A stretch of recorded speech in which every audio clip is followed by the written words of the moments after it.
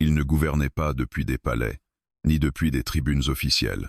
Aucun drapeau ne portait leur nom. Aucune loi ne semblait sortir directement de leurs mains. Et pourtant, tout passait par eux. Dans la ville, on parlait souvent de pouvoir. On parlait de ministres, de présidents, de PDG. On les montrait à la télévision, on les caricaturait dans les journaux, on les insultait sur les réseaux. Mais cela n'était que la façade. Des silhouettes utiles, remplaçables. Les véritables maîtres vivaient ailleurs dans un espace sans adresse, sans visage, sans responsabilité. Ils formaient ce que certains appelaient, à voix basse, le sommet invisible.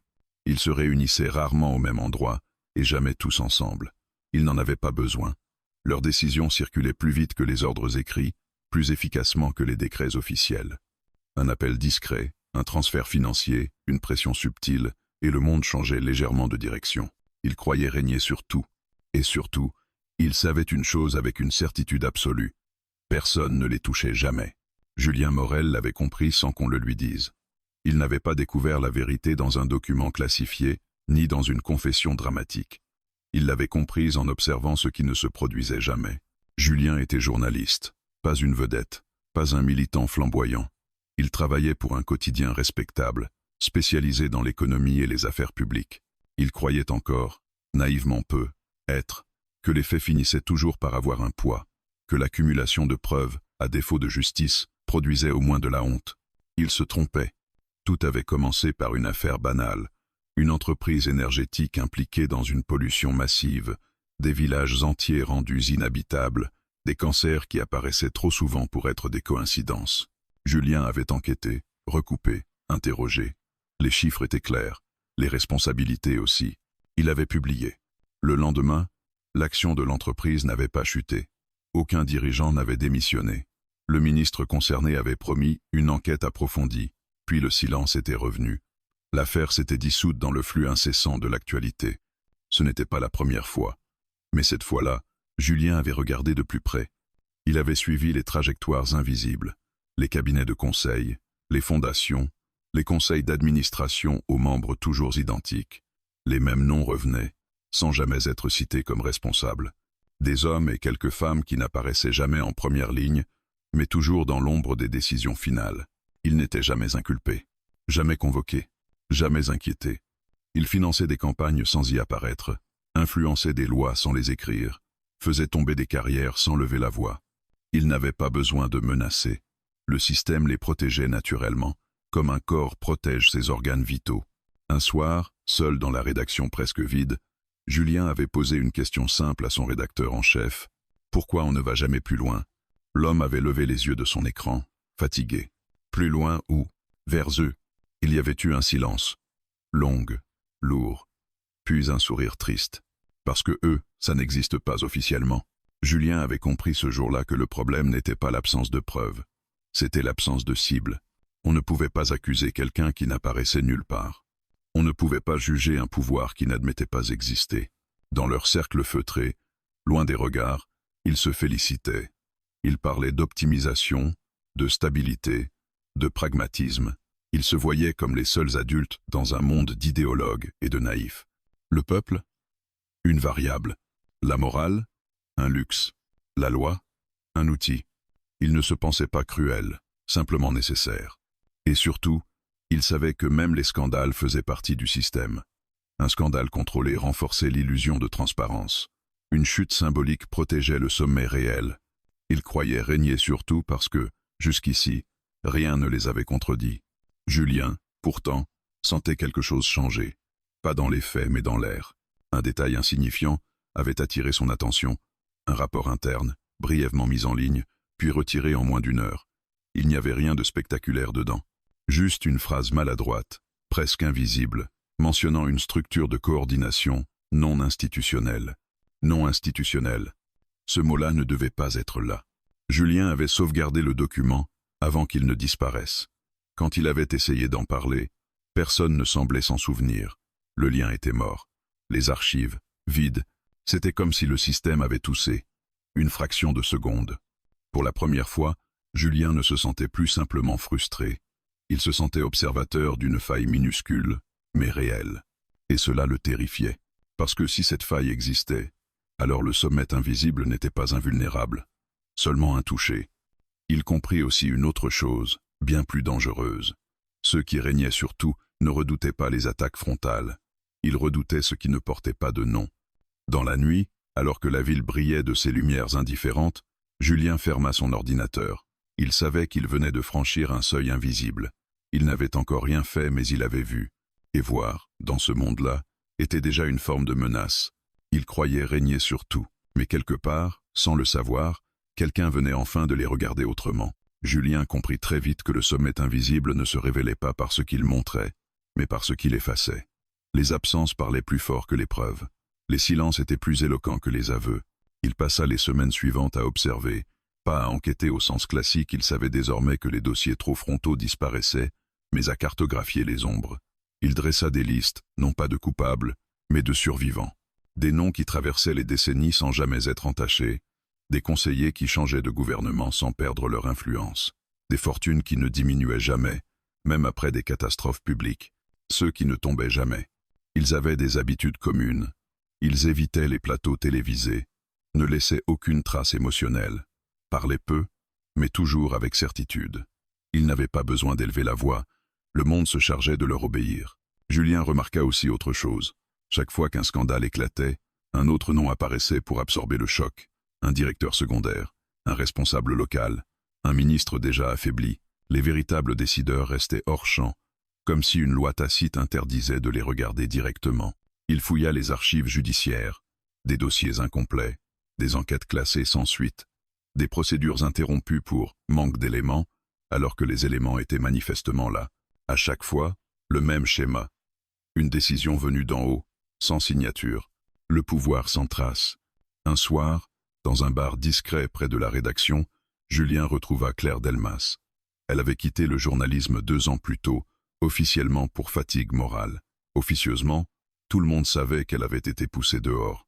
Claire avait enquêté sur des flux financiers internationaux, trop précis, trop proches. « Tu sais ce qui est le plus ironique ?» dit-elle en remuant son verre.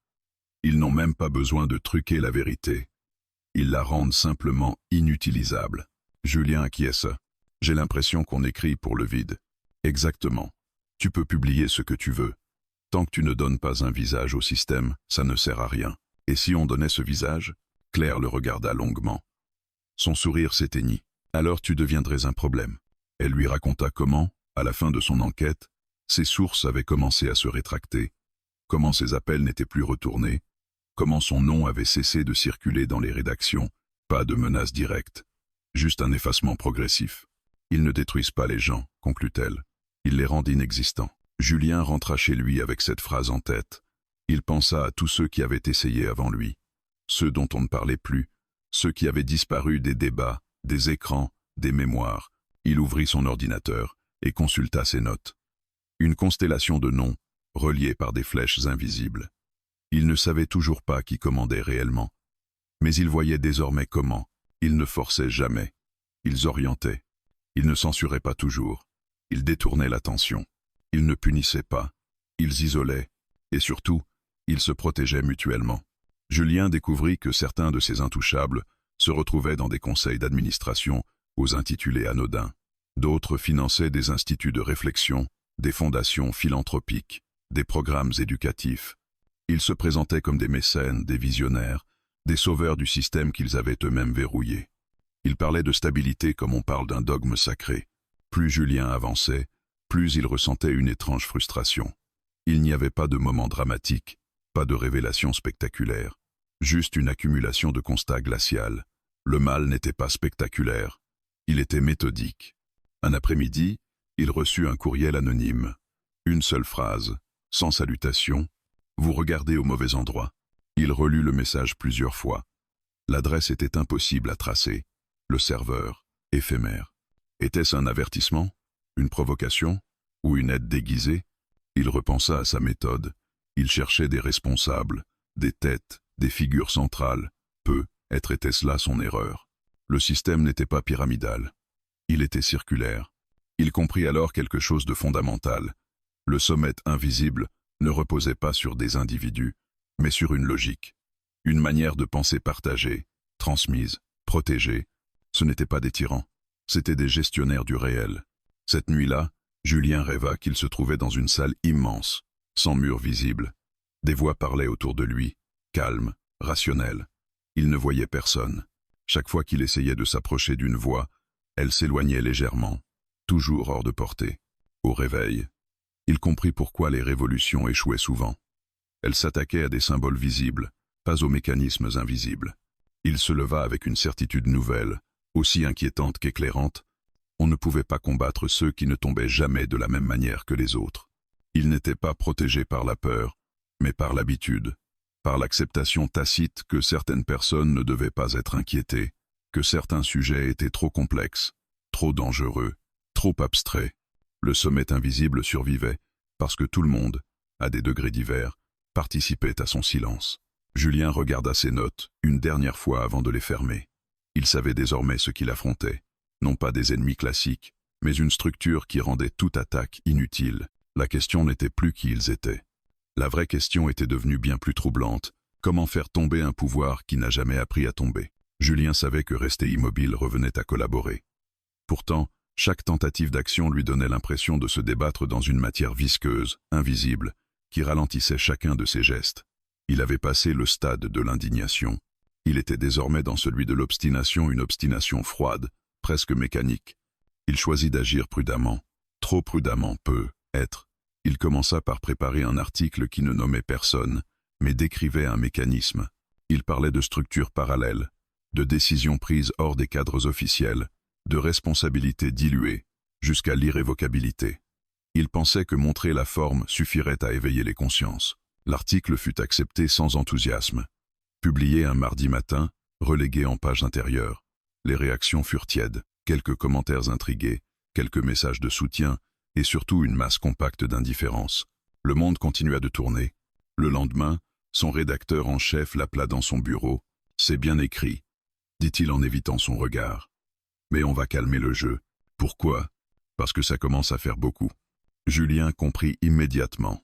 Ce n'était pas une censure franche, c'était une fatigue organisée, une lassitude injectée artificiellement.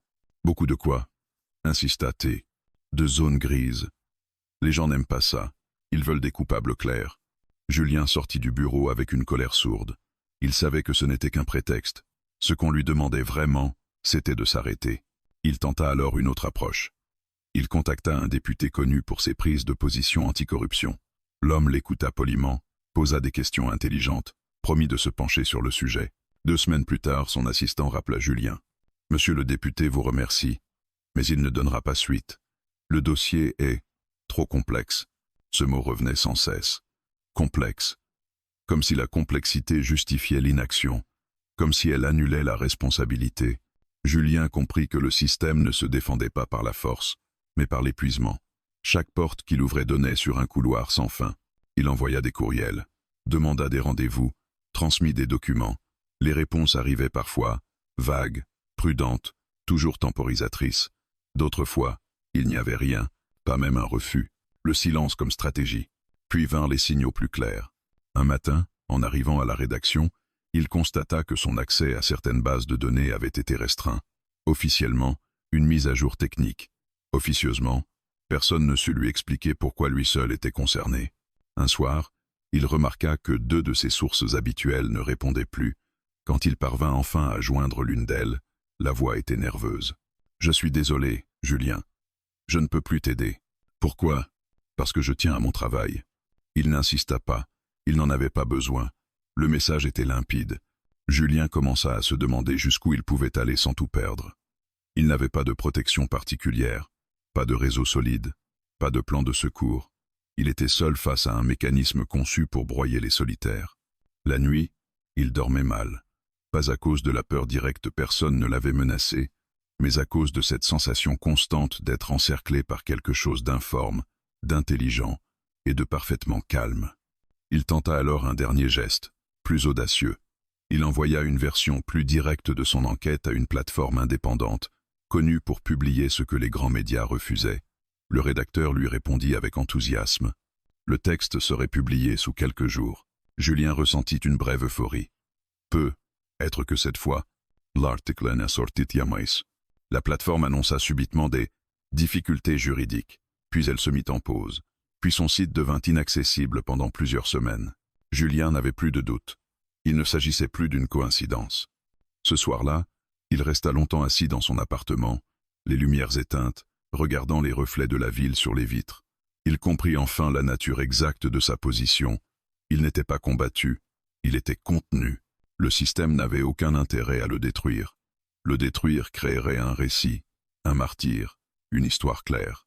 Il préférait le neutraliser par l'insignifiance. C'est à ce moment-là que le doute s'installa réellement. Julien se demanda s'il n'était pas en train de projeter ses propres obsessions. Peut-être voyait-il un système là où il n'y avait qu'un ensemble de lâchetés individuelles. Peut-être exagérait-il. Peut-être se battait-il contre une abstraction. Mais chaque fois qu'il envisageait d'abandonner, un détail revenait le hanter. Cette phrase dans le rapport disparu. Structure de coordination non institutionnelle. Quelqu'un avait écrit cela. Quelqu'un savait. Il n'était pas fou. Un message apparut un soir sur son téléphone. Numéro inconnu. Une seule ligne. Vous insistez trop.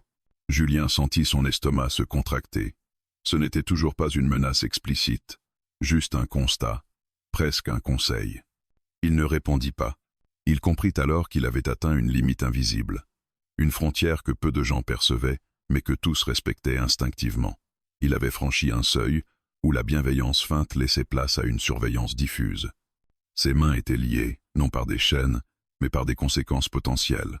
Perdre son travail, ses relations, sa crédibilité, sa capacité même à parler.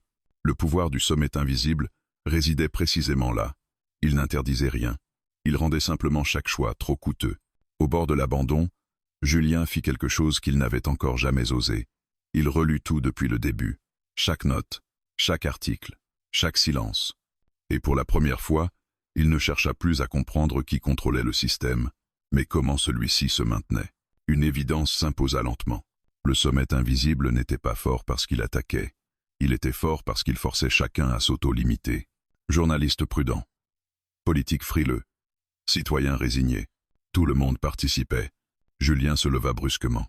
Il ressentit une clarté nouvelle, presque douloureuse. S'il continuait à agir comme avant, il échouerait. Le système était conçu pour cela. Mais s'il changeait de logique, il n'avait pas encore la solution. Juste une intuition dangereuse. On ne pouvait pas combattre un pouvoir invisible en cherchant à le rendre visible brutalement. Il fallait l'obliger à se révéler par ses propres réactions.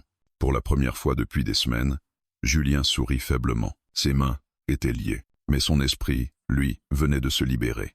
Julien passa plusieurs jours sans écrire une ligne. Ce n'était pas de la fatigue, ni même de la peur. C'était une nécessité. Il avait compris que continuer à produire des articles, des notes, des tentatives de dénonciation classiques, revenait à nourrir le système qu'il prétendait combattre. Chaque mot publié selon les règles renforçait les règles. Il lui fallait autre chose. Il commença par revenir en arrière, très loin en arrière, avant les scandales, avant les lois récentes, avant même les acteurs contemporains. Il chercha l'origine, non pas des personnes, mais de l'idée même qu'un pouvoir puisse exister sans être nommé. Il se plongea dans des archives historiques, des textes oubliés, des comptes rendus de commissions enterrées. Plus il avançait, plus un motif se dessinait. À chaque grande crise-guerre, effondrement financier, catastrophe sociale, une même promesse revenait, sous des formes différentes. Nous allons centraliser temporairement pour stabiliser. Nous allons déléguer à des experts. Nous allons agir discrètement pour le bien commun. Temporairement. Ce mot revenait comme un serment jamais tenu. Ce que Julien découvrit n'était pas une conspiration spectaculaire, mais quelque chose de bien plus inquiétant, une succession de renoncements. À chaque crise, les institutions visibles cédaient une part de leur pouvoir à des structures parallèles, présentées comme techniques, neutres, transitoires. Et à chaque fois, personne ne venait jamais le reprendre. Le sommet invisible n'était pas né d'un coup d'État. Il était né d'un soulagement collectif. Julien comprit alors le mensonge fondateur. On avait fait croire que ce pouvoir caché existait pour protéger la société de ses propres excès, qu'il était là pour garantir la stabilité quand la démocratie devenait trop lente, trop émotionnelle, trop dangereuse. On avait dit « Faites-nous confiance ». Et la société avait accepté, par peur du chaos, par lassitude, par confort. Le mensonge n'était pas que ce pouvoir finirait par disparaître.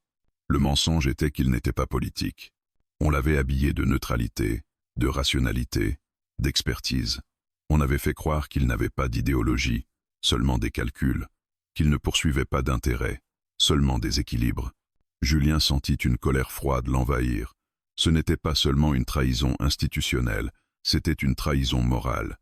Car en dépolitisant les décisions les plus lourdes de conséquences, le système avait aussi déresponsabilisé tout le monde. Ce n'est pas moi qui décide, c'est nécessaire. Il n'y a pas d'alternative. Ces phrases, Julien les avait entendues 1000 fois. Elles formaient le véritable langage du sommet invisible. Plus il avançait, plus une idée dérangeante s'imposait. Le système ne se maintenait pas par la peur, mais par l'adhésion tacite. Même ceux qui le critiquaient profitaient de sa stabilité. Même ceux qui en souffraient avaient intégré l'idée qu'il était inévitable. Le sommet invisible ne régnait pas seulement sur les structures, il régnait sur l'imaginaire. Julien comprit alors pourquoi toute attaque frontale échouait. Parce qu'elle se heurtait à une croyance profondément ancrée. Sans eux, tout s'effondre. Il passa une nuit entière à relire ses notes, à tracer des schémas sur des feuilles qu'il étalait sur le sol, des flèches, des cercles, des mots répétés. Puis, au petit matin, il s'arrêta net. Il venait de comprendre ce qu'il devait faire. Et cette compréhension l'effraya. Révéler le mensonge fondateur ne signifiait pas exposer des noms ou des documents. Cela signifiait attaquer une idée qui rassurait, une idée à laquelle même les victimes s'accrochaient. Si Julien réussissait, il ne provoquerait pas seulement une crise politique, il provoquerait une crise de sens. Il imagina les conséquences. Confusion, colère, division. Des gens qui réaliseraient soudain que ce qu'ils avaient accepté comme nécessaire n'était qu'un choix jamais discuté. Avait-il le droit de faire cela? Cette question le hanta pendant des jours. Il pensa à Claire, à ses sources silencieuses, à tous ceux qui avaient reculé pour préserver un semblant de normalité. Était-il prêt à faire voler cela en éclats? Il comprit alors une vérité encore plus dure. Le sommet invisible comptait précisément sur cette retenue morale, sur cette peur d'être responsable du chaos. C'était sa plus grande protection. Julien prit une décision irréversible. Il n'allait plus essayer de convaincre par des faits. Il allait révéler la logique. Il allait montrer, pas ce qu'il faisait, mais pourquoi tout le monde acceptait qu'il le fasse. Il commença à écrire, mais pas pour publier immédiatement. Il rédigea une sorte de manifeste fragmenté, une narration qui mélangeait histoire, analyse et témoignages anonymes. Rien de diffamatoire, rien de juridiquement attaquable, mais quelque chose de profondément subversif. Il y parlait d'un pouvoir sans visage, né de la peur collective du désordre, d'un système qui se prétendait technique pour échapper au débat, d'une société qui avait confondu stabilité et abdication. Il ne désignait personne, il tendait un miroir. Chaque phrase était pensée pour provoquer une question, pas une accusation. Qui décide quand personne ne décide? Pourquoi certaines décisions sont-elles hors débat? À quel moment avons-nous accepté de ne plus choisir? En écrivant, Julien sentit quelque chose changer en lui. Ce n'était plus de la colère, ni même de la révolte. C'était une lucidité presque dangereuse. Il n'était plus dans l'opposition. Il était en dehors. Il comprenait désormais que le sommet invisible ne tomberait pas parce qu'on l'attaquait, mais parce qu'on cessait d'y croire.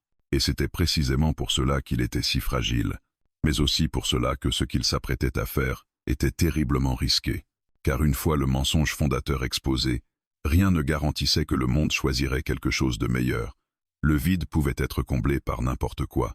Julien referma son ordinateur en fin de nuit. Il regarda le ciel s'éclaircir lentement. Il savait que, quoi qu'il arrive ensuite, il ne pourrait plus revenir en arrière. Il n'avait pas encore diffusé une seule ligne. Mais dans son esprit, le sommet invisible venait de perdre son arme la plus puissante, le droit de se prétendre indispensable. Et quelque part, très loin de lui, sans qu'il le sache encore, certains commencèrent à ressentir une inquiétude nouvelle, non pas parce qu'ils étaient attaqués, mais parce que, pour la première fois, quelqu'un remettait en cause la raison même de leur existence. Julien ne publia rien pendant encore plusieurs semaines. À l'extérieur, cela ressemblait à une capitulation. À l'intérieur, c'était une phase d'alignement. Il savait désormais que la précipitation serait fatale. Ce qu'il s'apprêtait à faire ne devait pas ressembler à une attaque. Cela devait ressembler à une évidence. Il commença par fragmenter son texte. Pas un article, pas un manifeste signé, mais une série de fragments anonymes, courts, presque banals, disséminés là où on ne les attendait pas, des billets sans auteur sur des plateformes mineures, des commentaires longs et structurés sous des articles populaires. Des documents PDF au design sobre, partagés sans explication claire. Aucune signature, aucun appel à l'action, seulement des questions, des récits historiques, des parallèles troublants. Il ne disait jamais il disait le mécanisme. Il ne disait jamais le pouvoir. Il disait la décision sans décideur. Julien avait compris une chose essentielle. Pour toucher un système invisible, il fallait le priver de sa capacité à identifier un ennemi. Tant qu'il n'y avait pas de cible, il ne pouvait pas riposter frontalement. Et surtout, il fallait parler un langage que le système ne savait pas censurer, celui de la banalité intelligente. Les premiers jours, il ne se passa rien. Puis, lentement, quelque chose se mit à vibrer sous la surface. Julien observa les réactions comme un sismographe. Pas les grands médias, ils restaient silencieux, mais les marges. Des universitaires qui citaient anonymement certaines idées dans leurs conférences. Des forums spécialisés, où des discussions s'éternisaient soudain, autour de la notion de neutralité du pouvoir. Des étudiants qui partageaient un PDF sans savoir d'où il venait, mais en disant « ça met des mots sur un malaise ». Le plus important, c'était ce que personne ne disait encore publiquement, mais que beaucoup commençaient à penser. Julien ne cherchait pas à convaincre. Il cherchait à contaminer le doute. Puis vinrent les premiers signes, subtils mais révélateurs. Un éditorial parut dans un grand quotidien, évoquant une défiance croissante envers les structures de décision non élues. Le texte était prudent, abstrait, mais reprenait presque mot pour mot certaines formulations de Julien. Une semaine plus tard, un think tank publia une note défensive, affirmant que l'expertise technocratique restait indispensable à la stabilité démocratique. Ce genre de document n'existait que lorsqu'un discours commençait à inquiéter. Julien sourit. Il n'était plus seul à parler. Et surtout, le système commençait à répondre sans savoir à qui. Au sommet, l'atmosphère changeait imperceptiblement. Les intouchables ne paniquaient pas, ils ne criaient pas, mais ils se parlaient davantage. Ils demandaient des analyses, des rapports, des évaluations de perception. Ils sentaient que quelque chose leur échappait. Pas une attaque, une glissade. Julien continua. Il adapta son rythme. Il observa quelles idées se propageaient et lesquelles mouraient. Il apprit à ne jamais aller trop vite, à toujours laisser le lecteur conclure lui-même. Il comprit alors qu'il ne combattait plus le sommet invisible de l'extérieur. Il opérait à l'intérieur de son écosystème cognitif. Car le système avait une faiblesse majeure. Il avait besoin d'être perçu comme rationnel, stable, nécessaire. Dès lors que cette image se fissurait, il ne savait plus comment réagir sans se contredire. Chaque tentative de défense renforçait le malaise. Pourquoi ont-ils besoin de se justifier s'ils sont neutres? Pourquoi certaines décisions sont-elles hors débat? Pourquoi la stabilité est-elle toujours invoquée quand quelqu'un pose une question? Ces interrogations n'étaient plus celles de Julien. Elles circulaient seules. Mais cette stratégie avait un prix. Julien commença à ressentir une fatigue différente. Ce n'était plus la frustration de l'impuissance, mais l'usure de la vigilance permanente. Il devait rester invisible, cohérent, patient. La moindre erreur, un ton trop accusateur, une révélation trop directe pourrait tout faire basculer. Et puis, il y avait la solitude.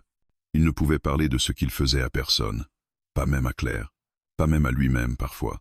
Il vivait dans une double temporalité, celle du monde apparent, où il n'était plus qu'un journaliste discret, presque effacé, et celle du sous-texte, où chaque phrase partagée était une onde potentielle. Il comprit alors ce que le sommet invisible infligeait habituellement à ses opposants, non pas la peur, mais l'épuisement intérieur. La différence, c'est que cette fois, l'épuisement n'était pas à sens unique. Un soir, il reçut un courriel étrange. L'adresse semblait institutionnelle, mais impossible à rattacher à une organisation précise. Le message était bref, poli, presque cordial. Nous observons une multiplication de discours confus qui fragilisent la confiance collective. Pensez-vous vraiment que l'instabilité soit une alternative responsable? Julien relut le message plusieurs fois. Ce n'était pas une menace, pas une tentative d'intimidation. C'était une interpellation idéologique. Il répondait au fond, pas à la forme. Julien n'y répondit pas. Il n'en avait pas besoin. Le simple fait qu'il existe prouvait qu'il avait touché juste. Pour la première fois, le sommet invisible se sentait obligé de défendre son rôle. Et en le défendant, il le rendait visible. Les semaines suivantes, le ton du débat public changea légèrement. Rien de spectaculaire. Mais des mots auparavant absents apparurent. Responsabilité, légitimité, opacité. Des journalistes commencèrent à poser des questions qu'ils n'auraient jamais posées avant, sans même savoir pourquoi ils osaient désormais. Julien observa cela avec un mélange de satisfaction et d'inquiétude. car il savait que cette phase était la plus dangereuse. Le système pouvait tolérer l'indifférence. Il pouvait gérer la critique frontale, mais il ne supportait pas la perte de contrôle narratif. Et tôt ou tard, il tenterait de reprendre la main. Julien s'arrêta un instant. Il relut tout ce qu'il avait disséminé. Il mesura l'ampleur de ce qu'il avait déclenché. Ce n'était plus une enquête. Ce n'était même plus une dénonciation. C'était une contamination lente de la certitude. Il pensa à cette phrase qui lui revenait sans cesse. Il croyait régner sur tout. Oui, parce qu'il n'avait jamais envisagé qu'on puisse les atteindre autrement. Il referma son ordinateur, conscient qu'il venait de franchir une nouvelle étape. Il n'était plus seulement un observateur lucide. Il était devenu un facteur d'instabilité non par la violence, mais par la pensée. Le sommet invisible n'était pas encore tombé. Mais il avait été touché, sans qu'aucune main ne se pose sur lui. Et quelque part, dans des bureaux feutrés, des réunions inhabituelles commençaient à se tenir, animées par une inquiétude nouvelle, presque inavouable, et si le plus dangereux n'était pas celui qui attaque, mais celui qui change la manière dont on regarde. Le premier signe tangible ne vint pas d'en haut, mais d'en bas. Un matin, Julien remarqua que certains débats ne mouraient plus. Là où auparavant une question sensible était rapidement étouffée par une controverse plus bruyante, elle persistait désormais, revenait, changeait de forme, mais ne disparaissait pas. Comme une écharde sous la peau du discours public. On ne parlait toujours pas du sommet invisible, pas explicitement, mais on parlait de zones d'ombre, de chaînes de décisions floues, de responsabilités dissoutes. Les mots circulaient, imparfaits, hésitants, mais ils circulaient, et surtout, ils n'étaient plus marginaux. Julien observa avec une attention presque clinique la manière dont l'élite tentait de s'adapter. Ce n'était pas une panique ouverte, c'était une série de micro-ajustements, des discours plus pédagogiques, des tribunes rasurantes, des appels répétés à la raison, à la maturité, à la complexité du monde moderne. La complexité redevenait un refuge. Mais quelque chose avait changé. Ces mots ne produisaient plus l'effet anesthésiant habituel. Ils suscitaient des réponses, des objections, des silences gênés. L'illusion d'un consensus naturel commençait à se fissurer. À huis clos, les réactions étaient plus nettes. Julien n'avait pas accès aux réunions feutrées, mais il en percevait les échos indirects. Des notes internes qui filtraient, des décisions soudain retardées, des prises de parole annulées sans explication. Le sommet invisible, habitué à l'inertie docile du monde, se découvrait un problème inédit. Il devait désormais anticiper la perception. Et anticiper la perception, c'était déjà reconnaître qu'elle comptait. Certains, parmi eux, comprirent rapidement le danger. Ils plaidèrent pour une stratégie de relégitimation, plus de transparence contrôlée, plus de communication, plus de récits rassurants.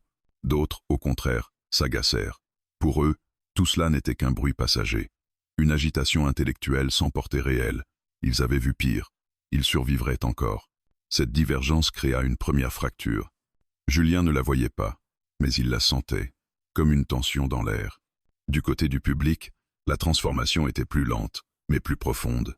Des collectifs informels apparurent, sans leader clair, sans programme défini.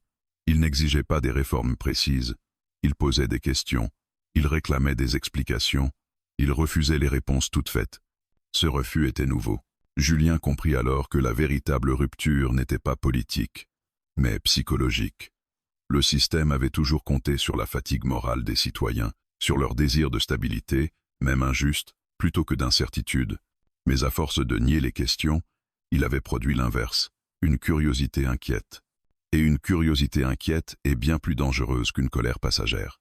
Pour Julien, le prix à payer devint plus concret. Un matin, son rédacteur en chef l'informa que son poste allait être réévalué. Le journal traversait, disait-on, une période délicate. Des choix stratégiques s'imposaient, rien de personnel. Julien sourit intérieurement. Il s'y attendait. Il accepta la rupture, sans conflit, sans scandale, sans bruit. Il comprit que, paradoxalement, être écarté le rendait plus libre, mais aussi plus vulnérable. Sans statut, sans institution, il devenait réellement invisible. Et c'était à double tranchant. La solitude s'intensifia.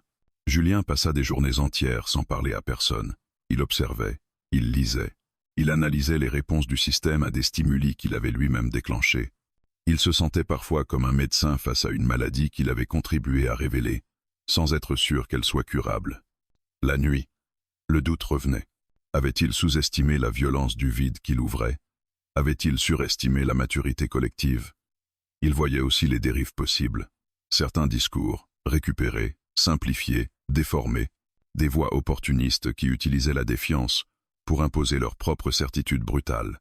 Le monde ne devenait pas automatiquement plus juste parce que l'illusion se fissurait. Et cette pensée le hantait. Un soir, Claire le contacta après des mois de silence. « Tu as vu ce que tu as déclenché » demanda-t-elle, sans préambule.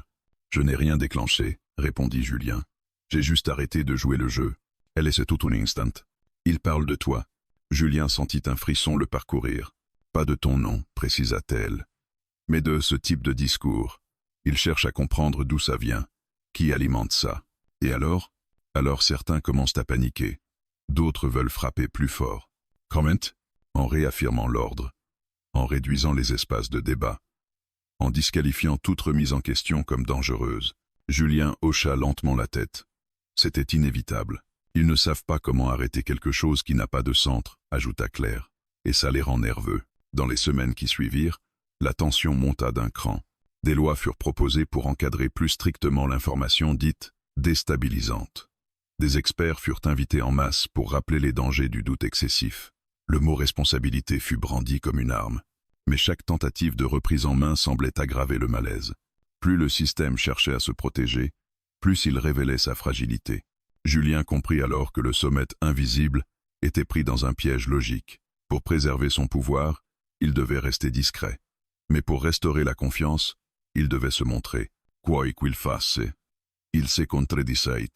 L'illusion se fissurait non pas parce qu'on l'attaquait, mais parce qu'elle devait désormais se justifier. Un événement inattendu marqua un tournant. Lors d'une conférence internationale, un haut responsable, habituellement maître de lui, laissa échapper une phrase malheureuse. Une phrase prononcée trop vite, trop honnêtement. Certaines décisions ne peuvent pas être laissées au débat public. La phrase fit le tour du monde en quelques heures. Julien la regarda se propager avec un mélange de fascination et de gravité. Elle concentrait tout ce qu'il essayait de faire comprendre depuis le début. Ce n'était plus lui qui parlait, c'était eux. Et cette fois, personne ne pouvait prétendre ne pas avoir entendu. Julien sut alors que le point de non-retour était proche. L'illusion du sommet invisible, celle d'un pouvoir neutre, discret, indispensable, ne tenait plus que par inertie. Trop de regards avaient changé, trop de questions circulaient, mais il savait aussi que les moments de fissure étaient les plus dangereux. Les systèmes, quand ils sentent leur légitimité vaciller, peuvent devenir imprévisibles. Il se tint prêt, non pas à attaquer, mais à observer la chute partielle, chaotique, imparfaite. Car une chose était désormais certaine, le sommet invisible n'était plus invisible. Et ceux qui croyaient régner sur tout découvraient, avec un mélange de stupeur et de colère contenue, qu'il existait quelque chose de pire que l'opposition frontale, la perte de l'évidence. Et quand l'évidence disparaît, le pouvoir commence à trembler. Il n'y eut pas d'explosion, pas de chute spectaculaire, pas de révélation finale projetée sur des écrans géants. Le moment où les intouchables commencèrent réellement à trembler fut presque imperceptible, et c'est précisément ce qui le rendit irréversible. Julien le comprit en observant les silences. Des silences nouveaux, inhabituels, des questions laissées sans réponse, des responsables qui, autrefois 6 sur 2, prenaient désormais le temps de peser chaque mot, chaque regard, chaque absence. Le langage du pouvoir changeait. Il devenait hésitant. L'assurance avait cédé la place à la prudence. Dans les cercles où l'on décidait sans se justifier, on se mit à justifier sans décider. Les premiers à vaciller furent les intermédiaires, ceux qui servaient de courroie de transmission entre le visible et l'invisible, conseillers, experts, figures techniques, jusque-là protégés par leur statut d'objectivité. Ils commencèrent à être interrogés. Non pas violemment, mais publiquement. Qui valide ces décisions? Sur quelle base démocratique? Au nom de qui parlez-vous? Ces questions, autrefois jugées naïves ou dangereuses, devenaient soudain légitimes. Certains intermédiaires tentèrent de résister. Ils invoquèrent leur expérience, leur compétence, leur loyauté envers la stabilité du système. Mais leur réponse semblait désormais creuse, elle ne rassurait plus. D'autres choisirent une autre voie, la confession partielle. Ils expliquèrent qu'eux-mêmes n'avaient jamais eu une vision complète, qu'ils exécutaient, qu'ils coordonnaient, qu'ils supposaient que quelqu'un, quelque part, savait ce qu'il faisait. Mais ce quelqu'un restait introuvable. En somme, la tension montait brusquement. Pour la première fois depuis longtemps, Certains membres du sommet invisible réalisèrent qu'ils ne partageaient pas tous la même lecture de la situation. Les plus anciens, forgés dans des crises passées, prônaient la fermeté. Selon eux, le doute devait être étouffé avant qu'il ne se transforme en exigence. Les plus récents, eux, étaient inquiets. Ils avaient grandi dans un monde de communication permanente, de perception instantanée. Ils comprenaient que l'opacité totale était devenue intenable. Deux visions s'affrontaient. Si nous reculons, tout s'effondre. Si nous ne reculons pas, nous deviendrons visibles. Le dilemme était insoluble. Julien savait que c'était le signe d'un pouvoir en difficulté. Lorsqu'un système commence à débattre de sa propre légitimité, c'est qu'il a déjà perdu une partie de son autorité. Dans l'espace public, les effets furent plus désordonnés. Des figures autrefois marginales gagnèrent en audience, parfois dangereusement. Des discours simplistes surgirent, promettant des solutions radicales à une complexité soudain mise à nu. Julien observait cela avec inquiétude. Il avait fissuré une illusion, mais il n'avait jamais prétendu remplacer ce qu'il avait remis en question. Et le vide attirait tout. Il se demanda s'il n'avait pas été naïf, s'il avait cru qu'exposer un mensonge suffirait à produire quelque chose de meilleur. L'histoire lui rappelait brutalement que la chute d'un pouvoir ne garantissait jamais la naissance d'un ordre juste.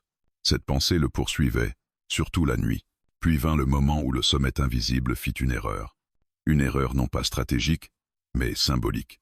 Face à la montée du doute, une initiative fut lancée pour restaurer la confiance. Une grande conférence, très médiatisée, rassemblant experts, responsables et figures influentes. L'objectif officiel, expliquer, rassurer, clarifier. Julien regarda l'événement se préparer avec une attention tendue. Dès les premières prises de parole, il comprit que quelque chose clochait. Les discours étaient trop lisses, trop coordonnés, trop éloignés des questions réelles. Puis, lors d'un échange retransmis en direct, un participant posa une question simple. « Pouvez-vous nous dire clairement qui prend la décision finale quand les institutions officielles sont contournées ?»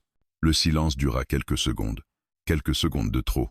Un silence lourd, maladroit, impossible à masquer. Finalement, une réponse fut donnée longue, technique, confuse. Elle ne répondit pas à la question. Et tout le monde le comprit. Ce fut un basculement, pas parce qu'une vérité avait été révélée, mais parce qu'un vide avait été exposé. Julien observa les réactions en chaîne.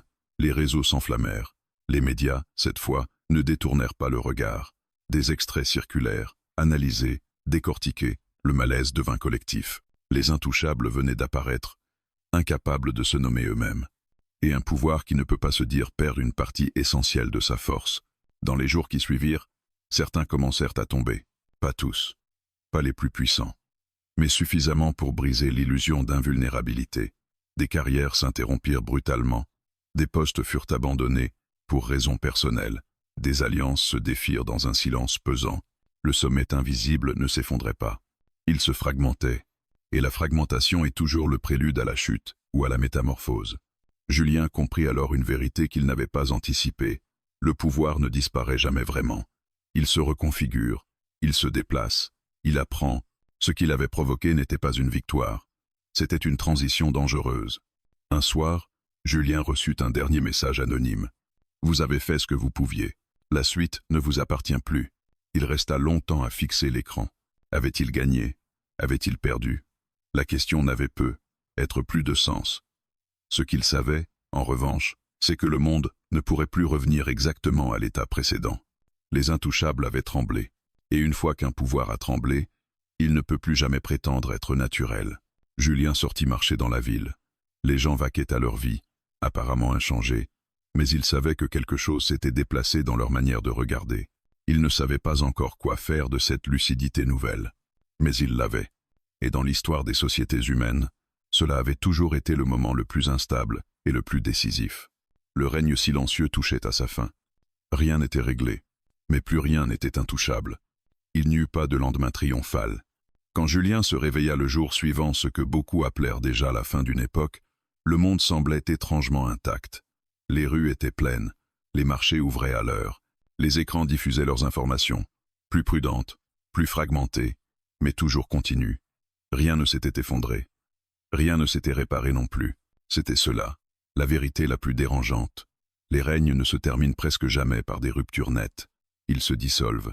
Le sommet invisible n'avait pas disparu. Il avait perdu sa certitude. Les semaines suivantes furent marquées par une lente recomposition.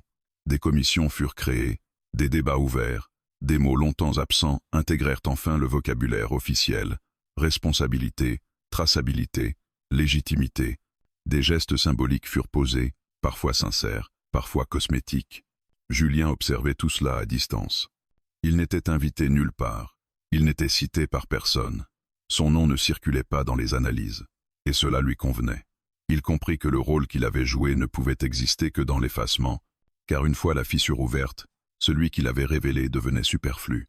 Il ressentit d'abord une forme de vide, non pas un regret, mais une absence de tension. L'adrénaline qu'il avait portée pendant des mois s'était dissipée, laissant place à une fatigue profonde. Il réalisa qu'il n'avait jamais vraiment envisagé l'après. Que fait-on quand le pouvoir cesse d'être intouchable, mais ne disparaît pas? Dans certains milieux, on parlait déjà de normalisation, de retour à l'ordre, de maturation démocratique. Julien savait que ces mots cachaient une lutte silencieuse. Les anciens équilibres tentaient de se reconstituer sous d'autres formes. De nouveaux réseaux émergeaient, parfois plus habiles, parfois plus brutaux. Le danger n'était plus l'opacité totale. Le danger était l'illusion de transparence. Il vit apparaître des figures qui promettaient des vérités simples, des ennemis clairs, des solutions immédiates. Elles se nourrissaient du désenchantement provoqué par la chute partielle de l'illusion précédente. Le monde n'aimait pas les zones grises. Julien comprit alors que ce qu'il avait brisé n'était pas seulement un système de pouvoir, mais un confort psychologique. La croyance qu'il existait quelque part des gens qui savaient, qui contrôlaient, qui garantissaient une cohérence invisible. Sans cette croyance, la responsabilité revenait à chacun, et c'était insupportable pour beaucoup. Un après-midi, il retrouva Claire dans un café discret. Ils parlèrent peu du passé. Il n'en avait pas besoin. « Tu regrettes ?» lui demanda-t-elle finalement. Julien réfléchit longuement avant de répondre. « Non. » Il marqua une pause. « Mais je comprends mieux pourquoi si peu de gens vont jusqu'au bout. » Claire hocha la tête. « On n'a jamais vraiment voulu la vérité, » dit-elle. « On voulait juste que le mensonge soit plus supportable. » Cette phrase resta longtemps dans l'esprit de Julien. Il comprit aussi que le sommet invisible n'avait pas été une anomalie. Il avait été une réponse, mauvaise, dangereuse, mais compréhensible. Face à la complexité du monde, les sociétés avaient délégué leur pouvoir à des structures qu'elles ne voulaient plus interroger. Ce que Julien avait fait, au fond, c'était rompre un pacte tacite. Et un pacte rompu laisse toujours des cicatrices.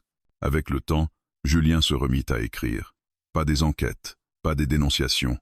Il écrivit des récits, des analyses lentes, des textes qui ne cherchaient pas à convaincre, mais à accompagner.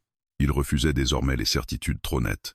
Il avait appris que le véritable danger n'était pas le pouvoir en soi, mais l'idée qu'il ne pouvait pas être questionné. Un pouvoir interrogé est inconfortable. Un pouvoir sacralisé est mortel. Il ne cherchait plus à faire tomber qui que ce soit. Il cherchait à maintenir l'inconfort. Parfois, en marchant dans la ville, Julien observait les gens. Il se demandait combien avaient réellement perçu ce qui s'était joué. Combien avaient simplement senti une gêne passagère, vite recouverte par les urgences du quotidien. Il savait que beaucoup oublieraient. Mais il savait aussi qu'on n'oublie jamais complètement ce moment précis où une évidence se fissure. Même refoulée, cette fissure reste là. Un soir, seul chez lui, Julien relut ses anciens textes. Il fut frappé par une chose. À aucun moment il n'avait appelé à renverser, à punir, à détruire. Il avait seulement refusé d'accepter l'intouchabilité. Et peu. Était cela le cœur de tout. Les sociétés ne sont pas détruites par ceux qui gouvernent. Elles le sont par l'idée que certains ne doivent jamais être touchés ni par la critique, ni par le doute, ni par la responsabilité. Il sourit faiblement. Ils croyaient régner sur tout. Mais ce qu'ils avaient vraiment perdu, ce n'était pas le contrôle. C'était l'évidence de leur légitimité. Et une fois cette évidence disparue, aucun règne ne peut durer intact. Julien ferma la lumière et regarda par la fenêtre. La ville brillait toujours, indifférente et vivante. Le monde continuait, imparfait, instable, dangereux. Mais quelque chose avait changé. Il n'y avait plus de sommet invisible, seulement des hauteurs contestées. Plus de pouvoir sacré, seulement des responsabilités à assumer ou à refuser. Et tant que quelqu'un, quelque part, continuerait à poser des questions sans chercher à régner à son tour, alors être que plus jamais personne ne pourrait croire, en toute tranquillité, qu'il ne serait jamais touché.